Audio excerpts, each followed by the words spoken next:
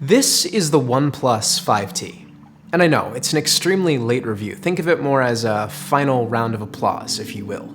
And OnePlus was gracious enough to send me this phone, so I thought it would only be polite to say a few words. But the simple fact is, this phone checks almost all of the major boxes. So let's chill with the intro and get right into it.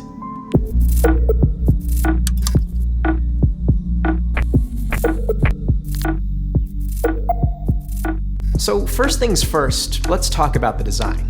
And the look is fairly familiar. It looks pretty much like the OnePlus 5 from last year, as well as a bunch of other phones that I won't mention. But the one bigger change is that the fingerprint sensor is now on the back as opposed to the chin on the front, which in my opinion is a good move. But besides that, the design remains pretty much intact. However, you flip over that phone and you see a big, beautiful 6-inch OLED panel that in my opinion looks better than most. Videos look great, pictures look great, and most importantly, software looks great. Now on the topic of that software, I think this is where OnePlus really shines. It's not ridiculously modified, it's not insanely colorful, it's pretty much stock Android with a bunch of pretty useful extra features. I mean, especially if you're comparing the software experience to something like Huawei's Skin or Samsung's Skin, it's like comparing Katy Perry to Neil deGrasse Tyson. Is math related to science? Plus you have a dinosaur headphone jack and USB-C dash charging, which are two really great additions.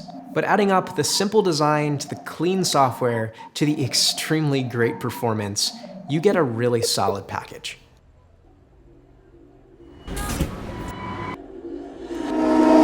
Now let's move on to the things that I'm a little less impressed by, and the first thing is the camera. And by no means is the camera horrible. Heck, compare this to other phones at its price point, and it can run circles around them. But if we're comparing this to flagships like the iPhone X or the Pixel 2, it has a little work to do. I think the thing that I'd like to see improve the most is portrait mode. Now, portrait mode has quickly become one of my favorite features with smartphone photography, and the 5T struggles. And even when it seems to get it right, it still looks a little off. But on the whole, photos taken with this phone aren't all that bad.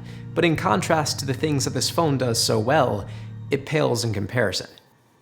Now, the only other thing that I've been a little less than satisfied with is the battery life. And I've come to the ultra-scientific conclusion that about 75 to 80% through my day is when I usually have to plug in the phone again.